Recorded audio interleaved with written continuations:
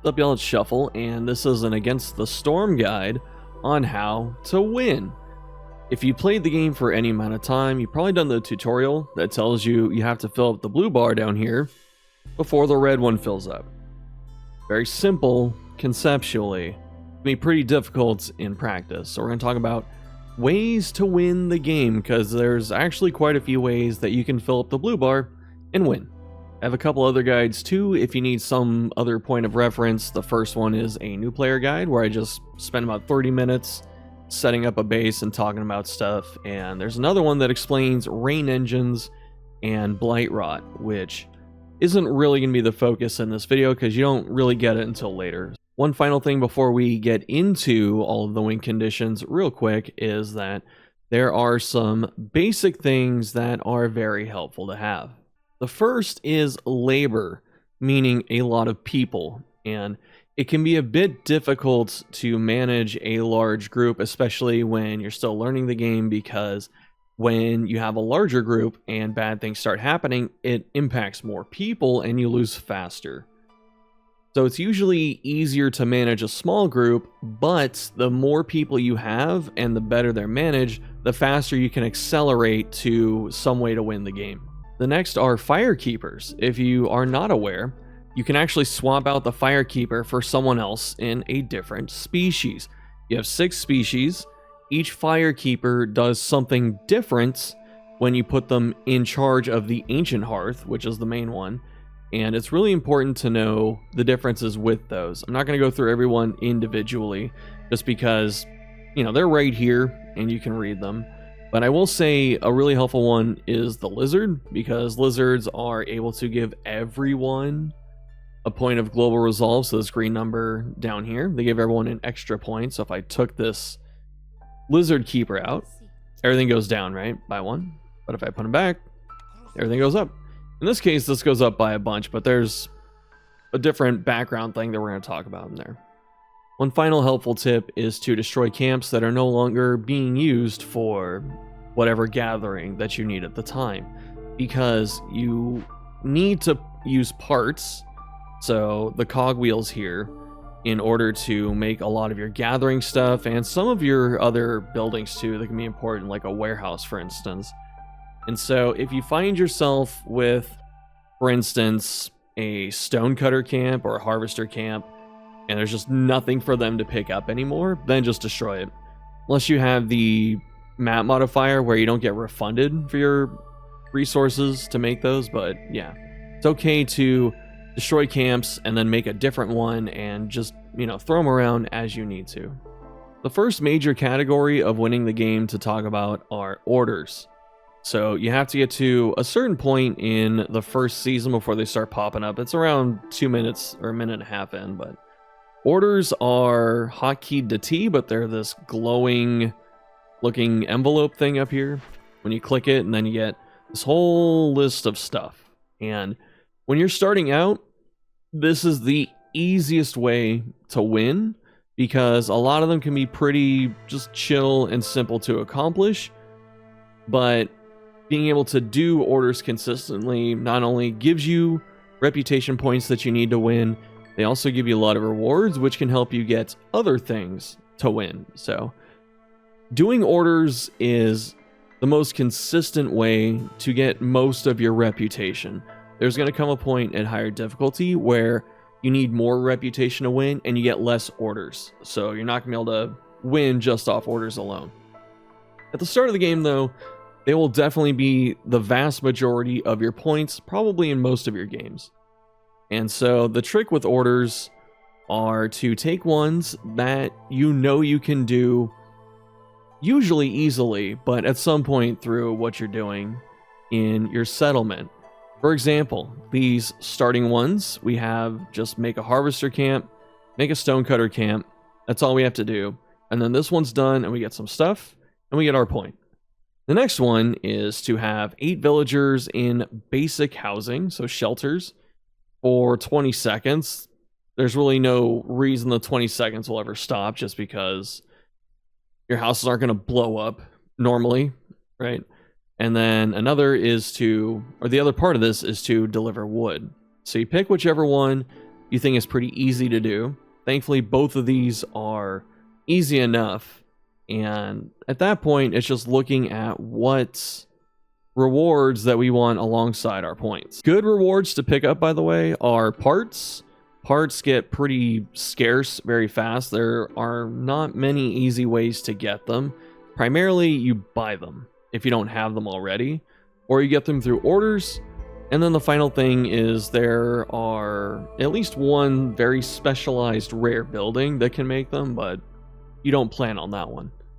So the other really good thing to get with rewards are villagers. This is labor. That's the first thing we talked about, is having more people to do more things faster is very helpful. And it's really up to you. I like to go for early parts.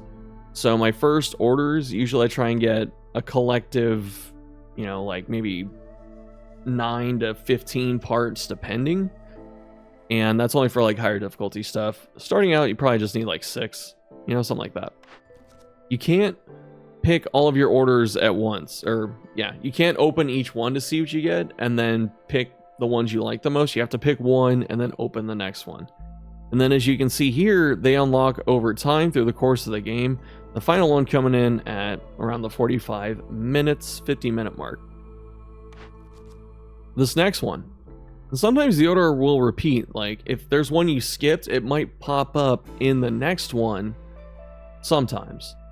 Not consistent, of course, but you may see it again.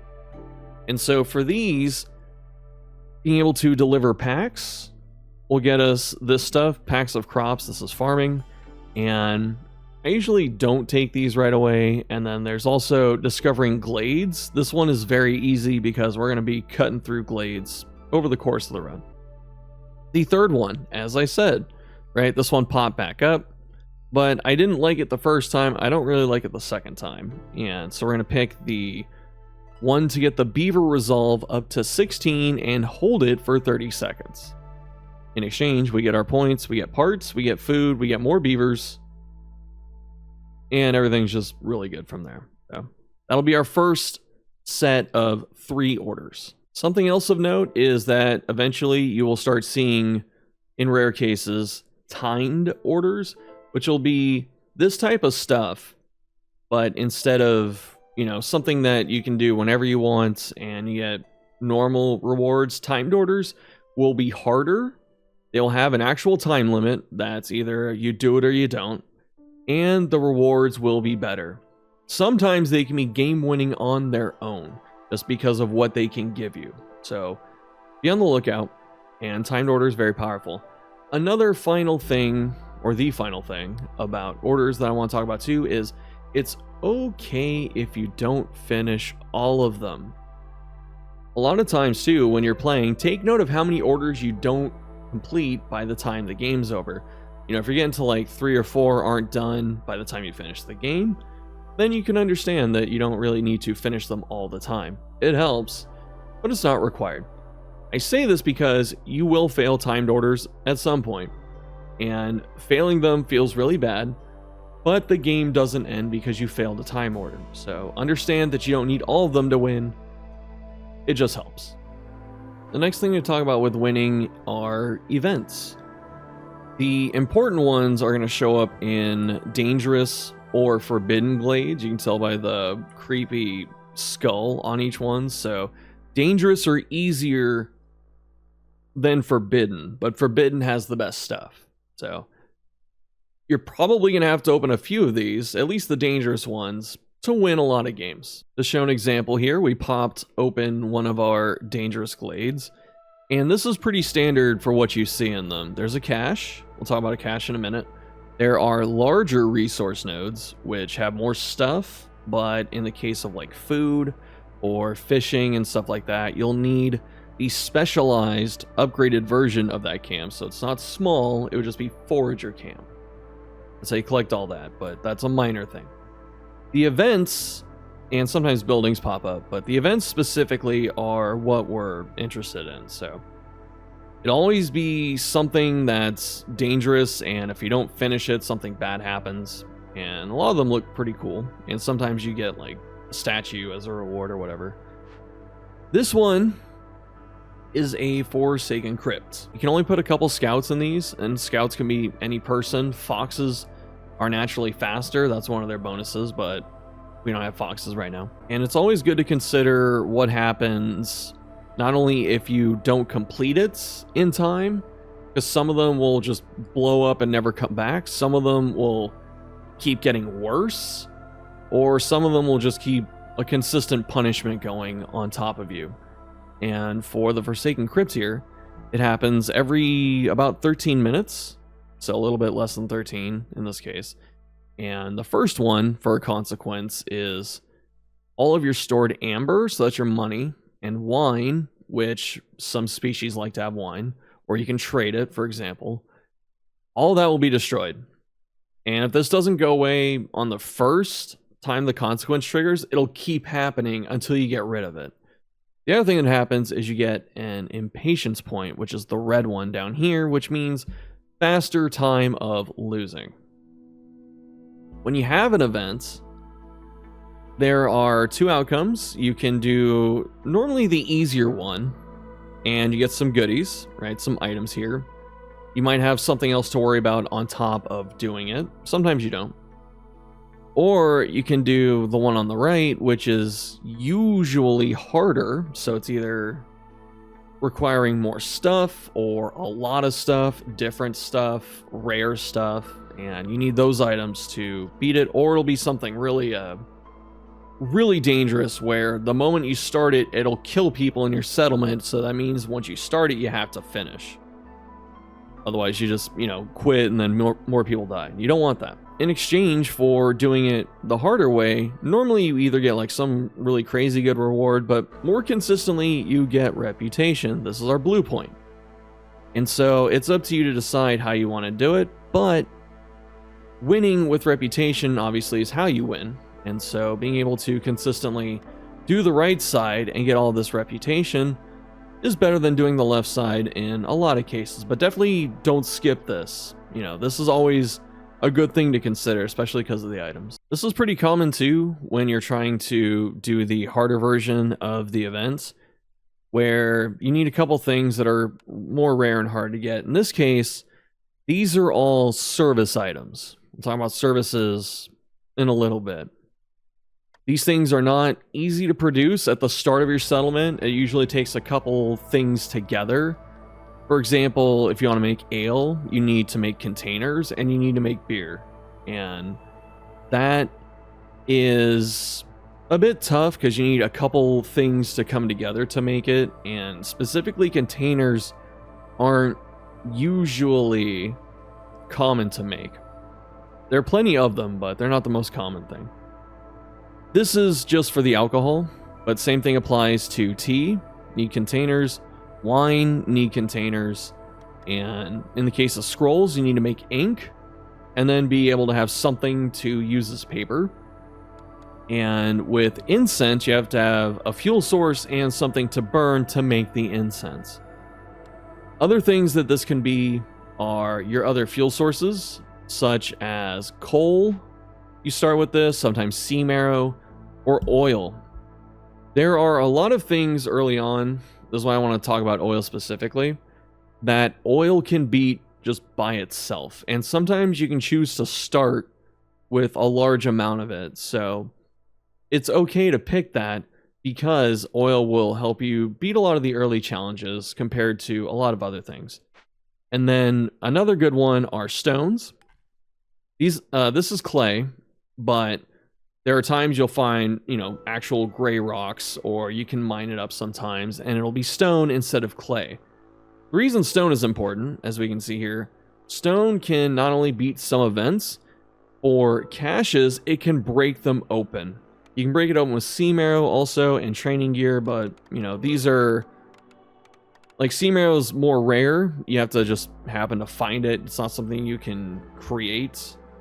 And then, in the case of training gear, again, this is more specialized. You need usually a slightly higher level thing to manufacture it. You need a couple things that go into it. Whereas stone just comes out of the earth. And you can also start with stone. The reason this is relevant is because even if you can't break these caches open with the harder version, like we were talking about, sometimes you can get stone. And stone will break it open and give you some items as rewards, and you can use those items to fulfill other things. You might be able to beat other events that you didn't have the resources for because they're in a cache that you break open. Same with orders. Sometimes it'll be something like submit or turn in, X amount of food or whatever, and then you break open the cache and there's a bunch of that food in there, and then you can just turn it in immediately. I want to focus primarily though on, for caches, the tool side of it. You can't change this out and use anything else to open this. It has to be tools. Tools are not the easiest thing to manufacture. They take a while. They take some resources that aren't usually readily available in large quantities, like copper or crystallized dew. Copper you have to mine up or find it, then you have to smelt it. Crystal dew you have to collect water and then get a couple other things and then manufacture that into its own ore type of material. And there's one map where you can chop down crystal dew out of the trees, and another has copper, but again, we're not focusing on the exceptions, we're just talking about the constants right now. The reason I bring it up though is because tools by themselves can win the game. You can find some way to make tools consistently and just keep churning them out. Tools can beat some of the events, and they can open all of the caches for reputation and money. So normally, if you find a thing that can make tools, like a tool shop, a carpenter, a smithy, or tinkerer in this case, finesmith is a common one, then you can just pump out tools and win off that. The other side is if you can get a lot of money, you can buy tools and then open these as well. But the caches are such a consistent point of reputation that there are times where you can just leave them all over the map because they're in glades. They only show up in glades. And as you're going through the map to increase your settlement and try and win, you'll leave a bunch of caches behind. Then eventually you can make tools and you just open all of them, and that can be like 5 points by itself. So tools are really good to have. The next major win condition is resolve, and maybe you haven't noticed or maybe you have, but I'm going through in order of easiest to difficult win conditions. So orders are the easiest, events are the second easiest. Resolve is not that hard compared to events, but you have to really have a good amount of unlocks and some immediate knowledge on what maps give you the resources to turn into things to give you resolve. And resolve is this bar right here, the green one, and then the thing we're looking at is the little blue tick up here. And as you can see in this little box description, it'll say reputation threshold, which is what you need to hit as a number to get them into blue, where they start generating reputation for you down here. In order to fulfill these conditions to get the resolve threshold, we need to look at all of this stuff right here. When you start the game, these are all going to be closed. I don't know why they're not open by default, but make sure to click these arrows open so you can see what they need. The first needs are always housing, so basic housing, which everyone except frogs has, so you just put them in a shelter, just a basic one, they'll be okay. Species specific housing, so in this case human housing, beaver housing, lizard housing, these fulfill both conditions. So you get your basic housing done, which that little green number, max bonus 3 for resolve, can get done, and then if you have the lizard housing, you get an extra 3 if everyone is housed. So if your entire lizard group is in lizard housing, you get plus 6. If they're all in shelter, you just get plus 3, but both of those are really good. The next ones are foods. So for example, biscuits. There's no tree that's going to give you biscuits. You can't grow them out of the field. You have to make them. So that's why it's called complex food. You have to get resources together and then process them to get you your food or whatever else you're looking for. Every species is going to have a couple of these. Sometimes it's just 2, sometimes it's 3. Lizards are just freaking gourmands, apparently, so they have 4. So they have jerky, skewers, pie, and pickled goods, which can be really helpful because what you're looking for in complex foods is overlap. Species housing obviously will not overlap, but complex food can. So for instance, biscuits, these are shared between humans and beavers. If possible, it would be nice to make biscuits. We're not cats, but you get the idea. The next one, looking at beavers again, are pickled goods. So they like pickled stuff, and lizards also. So this is another thing. We might try and find a way to get pickled goods, either by buying them or making them, so they're shared between our species. It's okay to make complex food for one species. You know, you don't have to always have overlap, but it's just nice to do that. So everything's more focused and centralized. The next thing that every person likes to have is clothing. So for humans, harpies, and beavers, it's coats. And for everyone else, it's boots, including harpies as well. So being able to make, again, the overlap of clothing can be really beneficial. So if everyone likes boots, find a way to make boots. If everyone likes coats, find a way to make coats. And to note, making all of these filled up, you know, even if it's for one group or for everyone, is pretty much paramount. Like, the more of this you can get done, the easier your run will be. The final thing after clothing are services. So services are specific buildings you have to make. It'll be like a tavern, a monastery, things like that, a bathhouse. And they use rare, hard to make stuff in order to make your people happy. This is like kind of the final thing you end up shooting for. So for example, beavers, they like ale. So we talked about ale before. Find a way to make ale, containers, grain, or I think roots. There's a lot of ways, or a couple ways to make ale. And then the next one, for example, is education. They need to make scrolls. And then finally, for beavers also, it's luxury. As I said before, if we're looking for overlap, ale is shared between these two, so we might try and find a way to make that. But it's not just enough to make it. That's why services are the hardest to do, but they also give you the biggest bonuses, right? The beavers here have +8 from leisure, +10 from education, and +10 from luxury. So if the entire beaver squad is maxed out on this stuff, they're going to have +28 resolve levels. So this goes from 14 to 42, hypothetically. And that's insane. Very tough to get all that done, but this should show you how powerful it is to get all of your resolve up to win through that.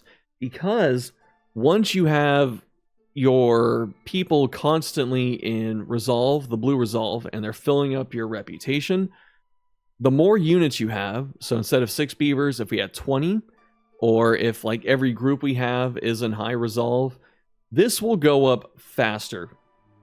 When it's starting out and you get into like, you know, low amounts, it'll probably be like 0.1 or 0.2 a point. You know, you need obviously a full point to get what you need. And later on, if you get all of these needs met collectively, it can be 0.5, 0.7. You know, it gets up to some really high numbers. And it'll be literally almost a point a minute or a point every 2 minutes. And that can fill this entire thing up in, you know, 2 years in game, right? Just 2 sets of seasons that are not the storm. So 2 drizzles, 2 clearances. And between like a couple of orders, you can just max this out. Usually not achievable until later in the game, like later in the run, but something to focus on for sure. One other way to get resolve that is probably not apparent early on, but is very helpful, is favoring. You see here, you have this little handshake going on where you can say, for some reason, I love the humans more than the rest of my people. And if you notice, we'll get humans an extra +5, so from 19 to 24. Everyone else goes down by 5. So you have to be very selective with this. You have to time it correctly because Sometimes you can just hit it in the case of like the humans here and it does nothing. So you're looking for the number to turn blue if you do hit it. Beavers also not hitting blue if we favor them. Lizards will. So favoring can be really good if you time it right, especially if you have just a burst of something that's not sustainable. Like if lizards all of a sudden had all their boots that they need and like 2 foods, a good time to favor them would be then, because you can just stack it, and even though it's a shorter duration to have a high amount, it'll still charge up your reputation a lot faster because everything's just stacking together. Don't worry, that was the longest part of the resolve thing just because there's a lot of moving parts, but it is really important. I noticed personally like the biggest improvement to my win consistency was when I started really hard focusing resolve. And it's really important, so the sooner you get comfortable with it, the better. The next thing to talk about is hostility. So as you may or may not know, the red bar right here, as much as I love this game, the UI definitely kind of keeps some of the important stuff really small when it shouldn't. But yeah, hostility, this will go up as just time passes. So each year gives you more hostility. Discovering glades gives you hostility. Having more people gives you hostility. Having more woodcutters gives you hostility. And certain events, the storm itself, you know, these modifiers up here will give you either more hostility or lower resolve or some other really horrible penalty. These only happen during the storm. For hostility specifically, a couple things lower it. Impatience lowers it. That's why it's okay for impatience to not always be 0. You don't want it close to the end, but if you have it just sitting in the middle, you know, it'll keep pushing the hostility back a little bit, which can be very nice to have. The other thing are to make hearths. So you start out with your ancient hearth, and then you can make a small hearth, which you can't put them next to each other, but you can make these other places. So as you get further into the map and explore stuff, you can drop hearths out there. In my experience, you don't need more than like 3. In a lot of cases, 2 can be sufficient. So don't feel like you have to build 14 of them. Although every time you do, it lowers the hostility by a set amount. I think it's 40? 30 in this case. So yeah, they are very helpful. Something else to note, this doesn't directly lower hostility, but you can level up the hearths. For the first one, it gives everyone 1 resolve. Very helpful. You know, that 1 resolve can make the difference a lot of the time. Level 2, again, gives you another resolve. You get faster production speed. Really nice. And then the final one gives you a chance of getting double the amount of stuff when you're making things. Get another resolve point, and with all 3 of these, your hearth's corruption resistance goes up. That's for Blight Rot. We're not talking about Blight Rot. Blight Rot is, as I said, in another video that I've already made, so you can check that out. The reason I bring this up is because hearths leveling up is almost mandatory. It's so helpful to level these, and the key things you're looking for are 20 people in houses in the radius. Obviously, having more doesn't penalize you, but that means you could make another hearth and start leveling that one. In this case, it goes by 8 and then 14 and then 20. And the other thing that you need are decorations. Decorations do nothing besides being cosmetic and leveling up your hearth. You start with a small amount, but it can meet every need that you have, and you unlock more later. So if you want to make your town look, you know, just nice, and that's okay. It's okay to have the aesthetic going on. Then you can just build all the decorations you need. I've already built 3 barrels right here. I'm gonna activate this one. Undeactivate, that's not a word. I'm gonna activate this one so it gets built, and then you're gonna see the hearth level up because I already have the people. I need the 4th decoration. Hopefully they make it now. There it goes. I'm gonna say you gotta help me out here. And then blam. Now it's got some cool stuff here, and you notice everyone gets 1 point. It's going to take a sec to get there. And then the next upgrade, which we don't have unlocked because this is a brand new profile, so I don't have all the levels, but the next one would require the harder ones to make, which are the aesthetic ones. So these are just decoration or comfort decorations, and then these are aesthetics, and then these are harmony. And so they go up in difficulty to make because they take more resources, but that levels the hearth farther. So making hearths and leveling them helps with hostility, but also resolve. I am patience isn't too bad because it lowers the hostility. There are certain cornerstones, which are your passive abilities down here, that will lower hostility if you fulfill certain conditions. And sometimes events can lower hostility, and there's like one item you can buy from traders that'll lower it too. So there are quite a few ways to deal with it, so always be on the lookout. Lowering hostility is super important because all these negative outcomes that pop up during your storm, you have a better chance of avoiding, because some of the later ones are really nasty, and you don't want to deal with them if you don't have to. The final thing isn't the easiest to pull off by any means, but to lower hostility is to have an abundance of specific fuel.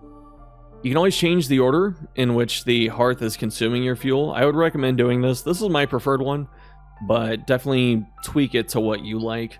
And you might want to burn all your wood first. I don't know, but usually I try and protect the wood. Side point. Sacrificing. This is a very good way to deal with hostility.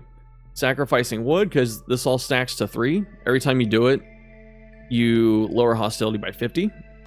So if you stack it up to 3, even though we're still at 0, you can lower 150 hostility, which is 1.5 levels. Kind of crazy, very helpful. And the other one is coal. So every time you sacrifice coal, it lowers hostility by 80. So 3 stacks is 240. And if you have 3 stacks of wood, that's 150. So that's 390. That's almost 4 levels of hostility between those two sacrificing by itself. And the reason I bring it up is because fuel abundance is actually a win condition. Not the easiest one to pull off, usually one of the hardest ones to do, and it's not till like the later years in the settlement that it'll happen. If you can do it though, pretty crazy. And the reason it's good is because when you lower hostility, your resolve goes up. And so a lot of your advantages where people might be really close to resolve, or they might be like 1 point over it, the moment you lower that hostility and they get like 2-3 points over it, you know, for example, that can win the game back to what we were talking about before, because everyone's in resolve now and you start charging up the reputation bar. So like I said, that's near the end of the run, the village usually. But definitely be on the lookout for that. So if you can find a way to mass produce wood, a lot of woodcutter camps can help with that. And making coal. So for example, I was lucky enough to get the kiln when I was picking my first blueprints. The kiln makes coal. Mines also make coal, which is down here in your gathering. So you can just make a bunch of coal, a bunch of wood. Very nice to have. There's one more thing I forgot, and I just wrapped the video, but we're going to circle back and throw this in at the appropriate section, and that is workplace affinity and rain engines. So for workplace affinity, certain species with a specialization bonus like to work in certain buildings. In the case of the lizard, they like to work with fire. And there's a difference between comfortable and proficient. Comfortable is when you see the blue outline, and this gives you a resolve boost. And I could take my other, well, it's not going to matter here, but you know, if I didn't have a lizard here, I could stuff more lizards into this kiln, even if they're not making anything, and they get a slightly higher resolve bonus. Pretty awesome. Proficiency, you get the cog wheel. Actually, I can use the same lizard, very helpful. You get this spinning wheel instead, and that means they have a chance to make double the amount. So, still helpful, but for a different reason. The last thing is not unlocked, but they are rain engines. And when you get those unlocked, it requires pipes. So make sure that you can get pipes. I mean, if you want to use it, you don't need it to win, but it can be really helpful. And, you know, just get your pipes going. You start with some pipes, which is nice. But when you unlock it, there is a third tab that will pop up here. And what it is you give the building plumbing, and the water, the rainwater that you pump into it, can make items faster, or, as we were looking at before with the comfortability for the workplace, this can go higher. So you can have a bunch of people in here, and then you can crank the engine up to make them happier because it makes the work easier. And one building can generate a ton of resolve. This is even helpful because some buildings have 3 or even 4 spaces to work in, and you can put an engine on that and then give yourself a bunch of water, make everyone happy. So even species that don't normally work well in there, like if they're struggling to stay happy, like there's one group that's always, near the bottom, and they might leave every time the storm happens. You can just stuff them all in there and they'll be happy with that. So it's always good to consider that. Again, same thing with like the fuel abundance is, the fuel abundance and the other stuff we talked about, all the needs being met, and then you can crank up a rain engine or 2 or 3 and get so much resolve that you win off of that. Rainwater itself is not difficult to get, thankfully, so you just need the pipes to put in the engine, but then also you need water to fuel it. And so, easiest one is the rain collector. You just build this wherever in your settlement, right? And then put 2 people in there, and then this up here unlocks. These are your water tanks, and you get 3 different kinds of water, and depending on the season, they will collect that water and fill these up, and then use that water for the engines. There is one more that I don't think we have on the map currently, and we don't have it unlocked either. Okay, so maybe it's when you get something else later, but there is a thing called a geyser, and you can put a pump on top of that, and so you can just collect that naturally, and it doesn't matter what the season is, you're just constantly getting that specific water, and that's really helpful. Just to show off the favoring mechanic real quick, as you can see here, our beavers are going up to 15. I need 16, so I'll hit the favor. Now, even though I don't get resolve off it, this is counting down here, and I'll be able to turn in all 3 of my orders and get some stuff. There it goes. And so here's the 3 that we picked, right? Just boom, boom, boom. You don't have to turn them in immediately, by the way. If you need the reward instantly, go ahead. But there are a couple reasons to hold on to them. For one, you just don't need to yet, and so you want to let impatience build up a little bit, and that way it lowers hostility, so you can save them until you desperately need to turn them in. And the other is just, you don't need the rewards right then and there. You may also hold them if you don't get a blueprint immediately on turning it in, because these little pips down here, again, the UI definitely leaves something to be desired, but the blue pips at the bottom of the blue bar, that's very small at the bottom of the screen, you get blueprints every time the reputation crosses that threshold. So you can hold on to them until you're able to get up to your blueprint, and then you can pick stuff. And what you pick varies heavily depending on the settlement. Sometimes you need camps, sometimes you need farms. There's stuff you can produce, right? This is all complex food, extra fuel source. This is just good to have in general. Just oil, coal, and sea marrow, not just wood. Having as many extra fuel sources as possible is always amazing. But yeah, so I'm just picking stuff to pick stuff like this. I'm not really focused on what I'm grabbing right now, but just to show you, you get your blueprints, find stuff you need, like coats, for instance, biscuits, as we were talking about. I did grab a way to make flour. I'm just circling back to other stuff right now, so I can make flour with the provisioner, and then I can make the bakery and make biscuits. So everything comes together beautifully. There is one more thing I want to talk about, though, with winning, and that's trading. There are 2 really important things that have to do with trading. The first is the trader's market. You need to build this. If you want to sell or buy stuff from outside of what you have right now, you need this entirely. You need the market. And the second one, which you don't have immediately unlocked, is our trade routes. And you get trade routes through the makeshift post. So it's under industry. It's this little red thing here. And once you have a market and the makeshift post, you can make this, the red pack of provisions, and you use those to feed people as they take your stuff and go sell it, like outside of the settlement. The other nice part though about the makeshift post is all of these packs of stuff do sell slightly better than selling it just raw by itself.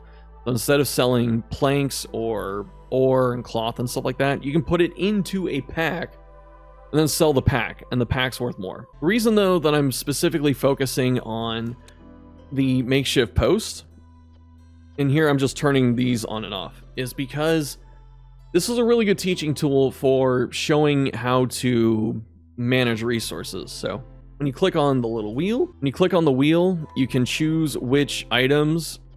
You can take all of them. You can only take some of them if you want, but you can dictate what goes into what you're making, specifically that pack. The other thing, very important, because in the makeshift post specifically, you are dealing with food and building materials, stuff you will always be needing. You don't want to put every single thing that you collect or farm or craft and turn it into a pack, because you're going to run out of it if you need it. So the important thing is the limits. And this is a really good time to learn about limits. So you can largely feel these out on your own, but definitely don't leave it empty for the post specifically. You want to set a hard limit of something, for instance, like 10. And so when someone's in here, they're going to take enough roots to make 10 packs, and then they're going to stop until you either sell them or use them for something else. And then they'll take that resource again and make it up to 10. So you want limits, not just for packs, but also for other stuff that you're doing, like pretty much anything. I use limits everywhere. So limits on what you're crafting, especially here and stuff like that. And again, you kind of feel that out for yourself.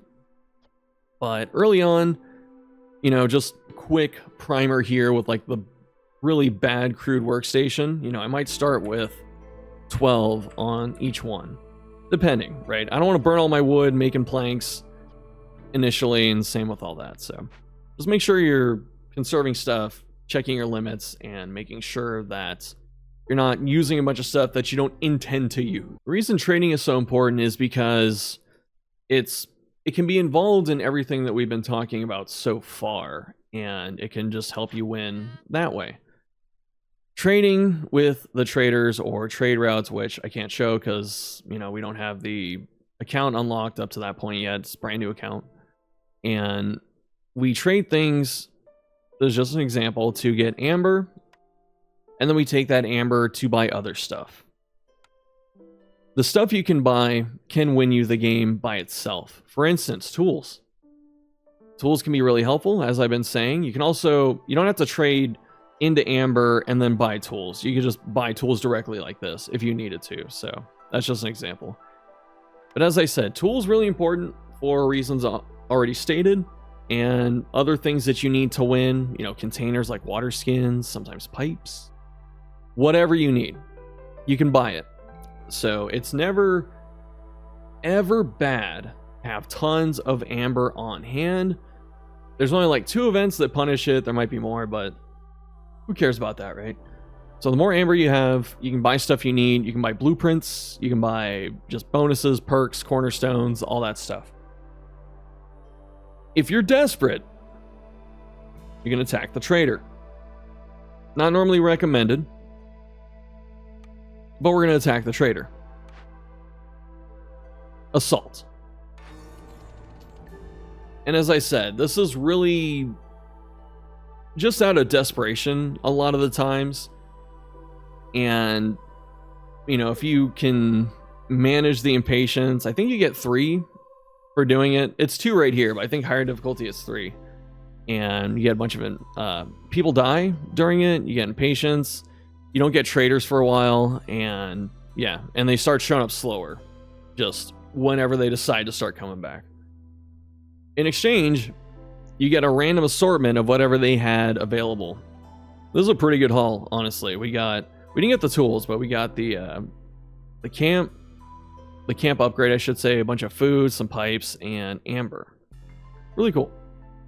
Make sure that you can handle taking that hit, because you're going to get impatience from attacking the trader and then people dying. So just be aware of that. Don't attack a trader when you have like 3 points of impatience left to go. It's not good. The final thing that makes trading so important is not only can you buy stuff to win, it can win by itself, which is kind of crazy. And as I was saying, new accounts, I don't have the base guild house unlocked, but apparently you can find one. But yeah, so if you have the guild house, which is a service building that you get eventually, you can get this. 1 to global resolve every time you sell 75 amber worth of goods, does not stack. This by itself, if you're just pumping out, you know, like 50 amber a season by trading, can give you enough resolve to catapult you to a victory. Same thing with cornerstones.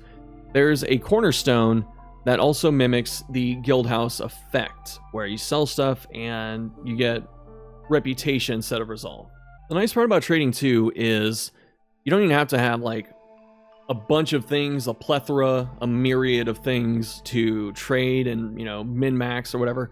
You can just be really good at making one thing. This is almost like standard economics. So if you have, for some reason, you know, just a ton of these clay rocks on the map, and you can smelt your ore into copper bars, you can just pump out a bunch of copper and then sell it to merchants and trade it off through trade routes. By the way, if you have, our trader's gone, but if the trader that currently shows up doesn't have anything you want, it's okay to wait for the next one. The final thing to talk about is when to go all in to win the game. Take some experience, but you have to be able to see which orders are still available and just pretty much count up the points you have left to get. So if you need like 5 points, for example, and you have like 3 orders that you can turn in, then you start looking around like, okay, I can just drop everything else. I don't have to, you know, make these things. I don't have to complete these events that don't give me reputation, or I can't complete them. You start looking around for other ways to scrape up some points. So that could be resolve. Especially if you have a couple of these met, you might be able to favor lower hostility. You know, all of the things that we talked about are coming back together, and then pump up resolve and get your last point or 2 that way. Same with caches. Like, this is one that usually just sneaks up on you, is you'll have 1 or 2 orders, and you have like 4 caches, and you have a few tools that you can make, and you go, oh, I can just finish these orders really quick. You know, I can just turn my settlement around and start making that thing, and then I can make some more tools, and then I just win right there. And it's very important, because winning and knowing when to win will save you just over time. Because when you're starting out, you may notice that you have these years that are going up, and they don't mean too much, because you have like X amount of years before the map resets from the Blightstorm. So when you get to the farther seals that you have to do, those constraints can get very tight, which means that the more efficient you can do on time and win faster, the better. No joke, if you can win in year 6 storm instead of year 7 drizzle, go for the year 6 win. Saves you a year, but you may need it. Alright, y'all, that's gonna do it for this one. Let me know what you thought of the video. If there's any other tips I might have missed that can be really helpful, love to hear it. And if you want other Against the Storm guides, let me know. Love this game, been playing the literal hell out of it for a couple years now, and I love talking about it. So thanks for watching. Now check out other ways to interact with the community or support the channel and stuff. Check out the box below. You're fantabulous, and I'll see you next time.